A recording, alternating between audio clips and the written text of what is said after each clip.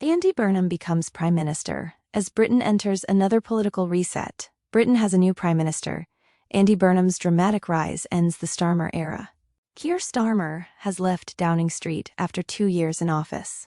Andy Burnham now inherits a large Labour majority, a divided country, and the difficult task of proving that another change of Prime Minister can produce more than another temporary political reset.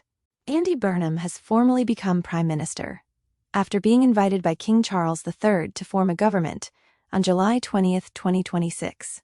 His arrival ends Keir Starmer's premiership less than 2 years after Labour secured its enormous general election victory. Burnham enters Downing Street presenting himself as a circuit breaker for Britain, a leader capable of reconnecting government with voters, transferring power out of Westminster, and building a new economic model focused on living standards, housing, and regional growth. He has promised immediate cost of living measures, action on rough sleeping, and a broader 10-year national plan later in the year.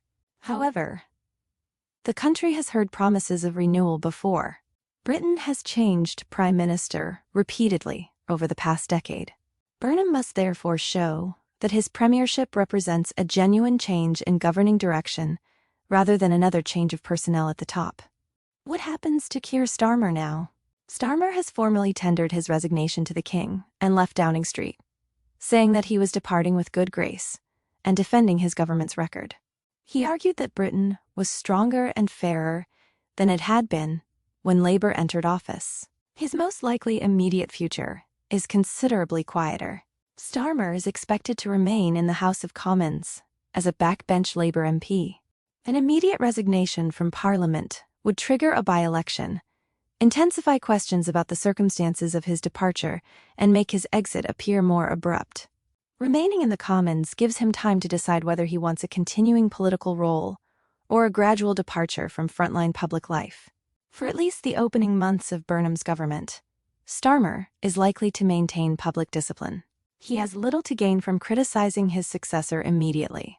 Any intervention could be interpreted as bitterness, disloyalty, or an attempt to undermine a government still operating with the majority won under his leadership. The most likely order of Starmer's priorities is therefore clear. First, he will attempt to protect his legacy.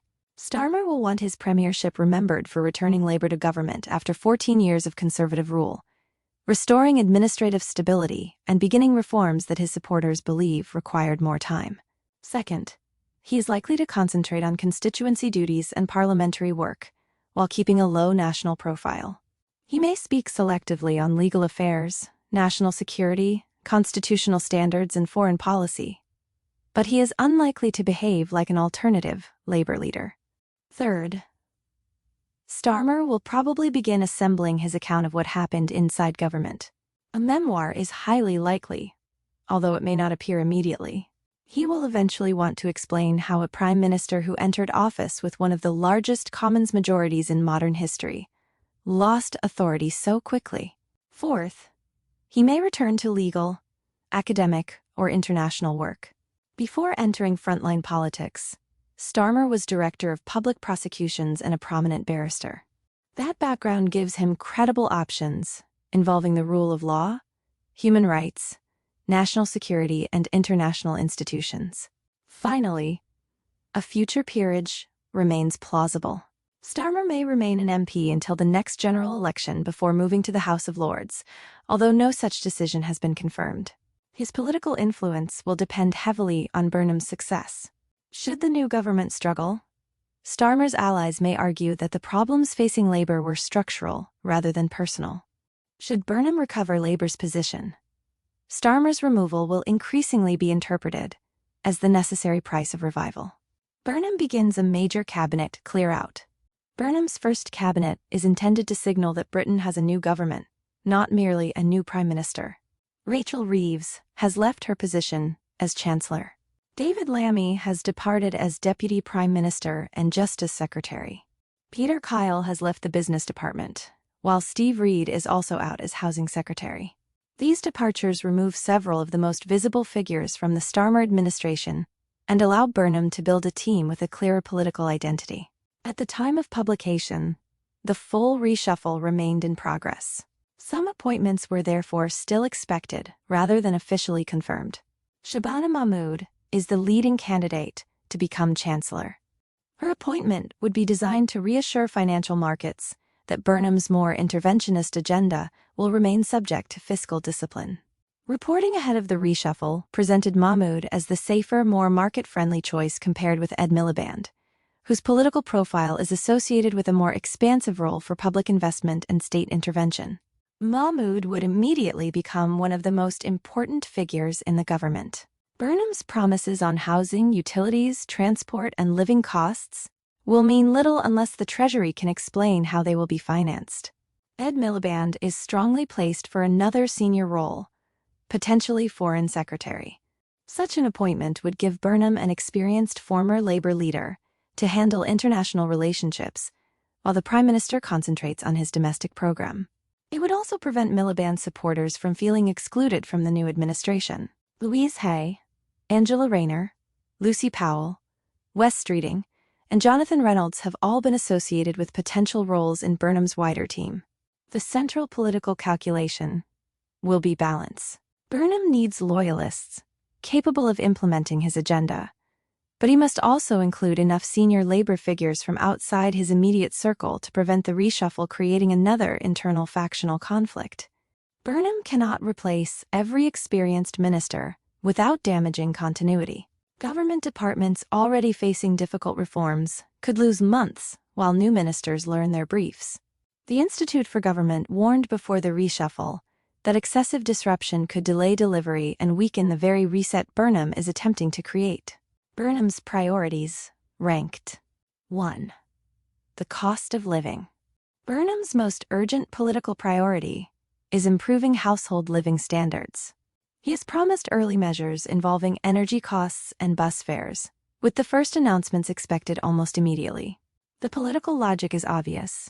Voters need to experience a tangible improvement rather than simply hear another long-term speech about national renewal. This will also be the first major test of the new chancellor. Any support package must be large enough to matter, but sufficiently funded to avoid frightening markets or increasing borrowing costs. 2. Housing and rough sleeping. Burnham used his first Downing Street address to make ending long-term rough sleeping his first instruction as Prime Minister. An initial £340 million initiative is expected to use previously uncommitted housing funds. Burnham has also promised a large expansion of council and social housing, positioning housing as both a moral priority and a central part of his economic strategy. Building more affordable homes could reduce pressure on private rents, homelessness services, local councils, and the welfare budget. The difficulty will be securing land, planning consent, construction capacity, and funding quickly enough to produce visible results before the next election. 3. Devolution and regional growth. Burnham's defining political project is likely to be the transfer of power away from Westminster. His period as Greater Manchester Mayor shaped his belief that local leaders should have greater control over transport, housing, economic development, and public services. His promise of good growth in every postcode reflects an attempt to move beyond the traditional Westminster model of centralized decision-making. The decisive question is whether Burnham transfers genuine financial power or merely delegates responsibility. Local authorities cannot deliver major reform without stable funding and meaningful control over revenue. 4. Reindustrializing the British economy. Burnham wants to replace short-term economic management with a 10-year plan focused on productive investment, domestic industry, and stronger regional economies. His government is expected to argue that Britain cannot improve living standards through financial services and consumption alone. Manufacturing, infrastructure, energy, construction, and advanced technology will be presented as essential components of national renewal. The challenge will be attracting private investment while maintaining Labour's commitments on employment rights, environmental standards, and public control of essential infrastructure. 5. Reforming utilities and essential services. Burnham has indicated that failing utilities will face greater public intervention, with Thames Water expected to become an early test. His wider argument is that essential services should be organized around reliability, affordability, and national resilience, rather than shareholder returns alone. Greater public control of water, energy, and transport could become one of the clearest ideological distinctions between Burnham's government and the economic settlement that has dominated Britain since the 1980s.